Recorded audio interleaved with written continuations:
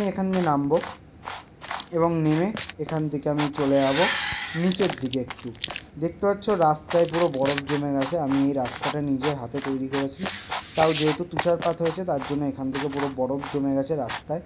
এই যে একদম নিচের দিকে চলে এসেছি। এখান থেকে আমাদের রেলের লাইন গেছে ওপরের দিকে।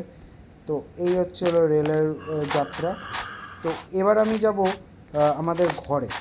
এখানে একটা দেখো ঘর করা আছে, এখানে একটা ঘর রেডি করা আছে।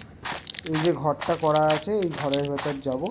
এই যে সুন্দর একটা কাঠের ঘর এখানে রেডি করা আছে এবং সেই কাঠের ঘরে আমি বসবাস করব। মাঝে মধ্যে যখন এই উপরের দিকে আসবো তখনই আমি চাইবো যে, দেখেছো দিন থেকে রাত হয়ে গেল, রাত থেকে আবার দিন হয়ে গেল, কিন্তু এখানে কিছুই শেষ হয় না দেখানো।